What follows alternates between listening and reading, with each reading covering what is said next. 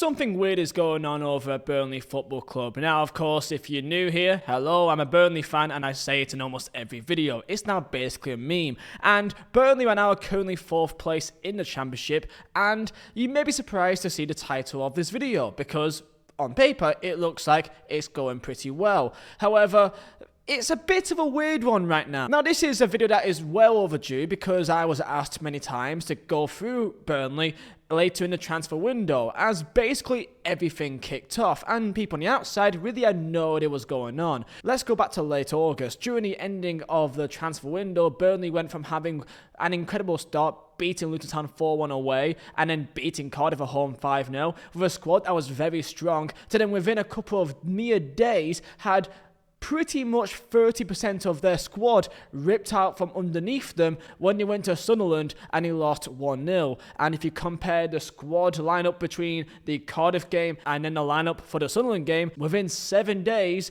it is night and day. Christ, look at the bench. If you're not a Burnley fan, you don't know.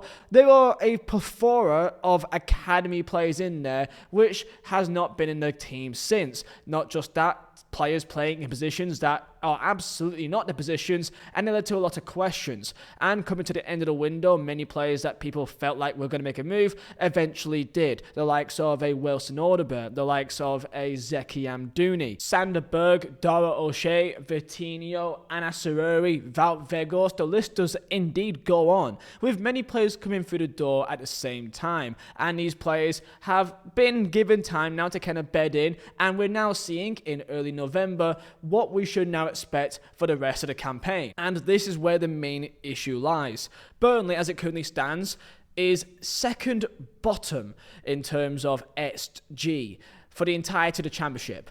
For a squad that on paper is the most expensive team, we are second bottom for XG. Now, you may not care about XG. I think it matters quite a bit because it not only shows how many chances you're creating in the game, but the quality of those chances too. Burnley last weekend went to Millwall away and lost 1-0, having the majority of possession like we do in every game, but having an XG of 0.17 in that entire second half when we are behind in that game for the vast majority of that second half. We didn't even muster a single shot on target. And it makes it even worse when I say we had only 3 shots that entire second half when behind in the game when having the majority of the possession. So comment down below your thoughts on Burnley and more specifically Scott Parker. Like, subscribe, and Merzel Designs for the best football prints. Christmas is coming. Use code Xmas for 15% off all items. Link is down below, top of description. In the last 8 games, Burnley have played basically mid-table to lower table opposition, and in these games we've come through with 3 wins, 4 draws and 1 loss. In terms of before that Millwall game, in theory it should be pretty good because, hey, we've gone about 9 games undefeated. But the performances in those games have been getting not only more concerningly poor, but also it gradually worse game by game, which is the main key concern for me personally. Of course, Scott Parker came in through the door back in the summer, and there was many Bournemouth and Fulham fans that spammed through the timelines, telling Burnley fans like myself many stories of what to expect from Scott Parker. And of course, during that time period, you kind of want to just kind of hope that they're wrong and just kind of pretend that you can't hear it.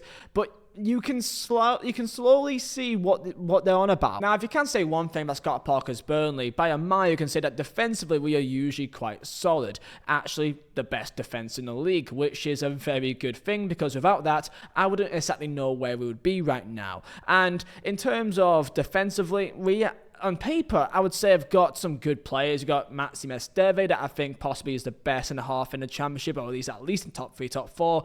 And James Trafford that, again, you can say is possibly the best or second best keeper in the Championship too.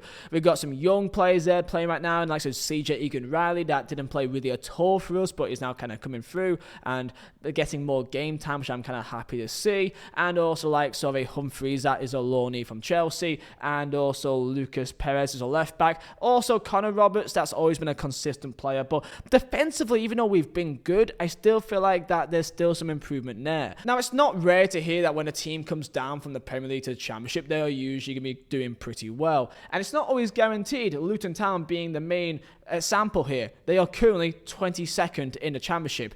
Luton Town. And they, of course, had the incredible story of being up in Premier League and having that kind of underdog mentality. And I did question that when they did go down, exactly how can that work now that there's now this expectation of them to go at teams and to win games of football. And I think that could be maybe playing on them a bit here. Now, I was indeed in England about 2 weeks ago for the Sheffield Wednesday game. I was there, and thankfully, we did indeed win that game 2-0. And it was a bit of a better performance, but a lot of that half, I did honestly feel like it was just kind of boring to watch. And for the first time as a Burnley fan, even despite all of that, all the seasons under Sean Dyche and the worst of Sean Dyche football, I never had a single feeling of not really wanting to watch a game. I always made sure I was there to go travel to the game or to make sure I got to my time at that day free so I can go and watch it. And there's a part of me that kind of has this weird feeling of I kind of just don't want to. And that's a big problem. Burnley have West Brom on Thursday night, which is a big game because this will be the first time in a long time we're facing a team that is seemingly going to be one of those big sides in the Championship this year. And I'm kind of looking forward to it, weirdly enough, because we seem to always play a bit better against sides that are the bigger sides. Our only real two amazing performances this campaign is Luton Town away and Leeds away. Two really good sides. We've got two big wins. So maybe the way that we want to play, where we're not expected to have a ton of the ball and to play a bit more of a counter-attacking style, may actually be more beneficial here. So I actually got much more hope of beating West Brom here than I would in beating Millwall, and that probably makes no sense. But right now under Scott Parker, he's definitely under some sort of pressure. Burnley fans are questioning the progression of the team and are we actually getting an improvement out of these players week in, week out? And the issue is, in the last month or so, there has not been too much improvement. And in terms of a style of play, it seems like it's becoming stagnant. And time will be given, but I do hope that in the next 2 months, he will get more of a tune out of these players. Because I am sorry, despite my links with Burnley and me working with them, to have the squad that we have, to have the money that we have, to then be second bottom for XG in the entirety of the Championship is simply not good enough.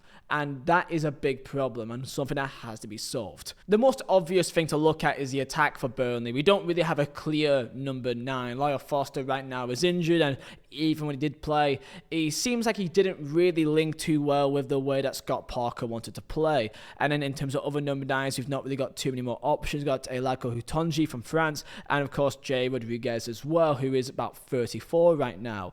Wingers, we've got some exciting threat from the likes of Jeremy Sarmiento, Luca Kolyosha. That's got some pace and some flair to them. Only issue could be that final product, which you can expect from time to time, but you can't rely on them to be a sure thing game by game. And of course, Jadon Anthony, that feels like much more of that seems much more like a safe pair of hands, like a safe winger. But again, no one you can really rely to get yourself 5-10 goals in a season. And then in terms of more attacking threat, our best goal scorer is Josh Brownhill, who has this knack of being at the right place at the right time. But it's the midfield that I'm the most concerned about. We don't really seem to have a really good connection in midfield. There's a lot of big gaps everywhere. And simply put, people just don't know what to really do. And it feels that way when you watch the game. Nothing seems like it's kind of really planned. We pass really slowly up from the back, and therefore teams have much more time to get set up and to become much more compact. So by the time the ball goes to a Luca Kolyosha, who by the way is playing on the wrong side of the pitch because we have no other right wingers, it just feels like he's limited in terms of what he can really do. So we can't really seem to score goals, and the midfield don't really seem to be connecting too well together. Hannibal thought Sam puts a play with a lot of passion and also a lot of energy, but it's that kind of final product, that killer pass to go through the lines, or just take on a man, chop a shoulder and take on someone. It feels like it's all a bit too safe, and therefore it comes across as more predictable. And that's where Burnley has its main key issue. We're too predictable with not enough aerial threat, if at all, in the box. So we don't really cross. So we pass out wide and then eventually just run into traffic and then keep that going time and time again. And this happened constantly for that Millwall game. And it's not only the Millwall game, but many games previously. We beat Plymouth Argyle 1-0 home, narrowly from a lucky penalty. And after almost conceding 3 times to Plymouth Argyle at home, after them controlling that second half, we was then wasting time in the corner for the last 5 minutes. That's not a good sign. There is still time. He will be given time. I don't think that the club at the board is one that would just simply pull the trigger hastily. But if there's no improvement by around Christmas time, January, things will possibly need to be questioned quite a lot. And I really hope for his sake that he can get more out of this team. So that's what's happening at Burnley. And Vincent Kompany, it feels like a long time since he was here. So wish us best of luck, boys. That's Burnley.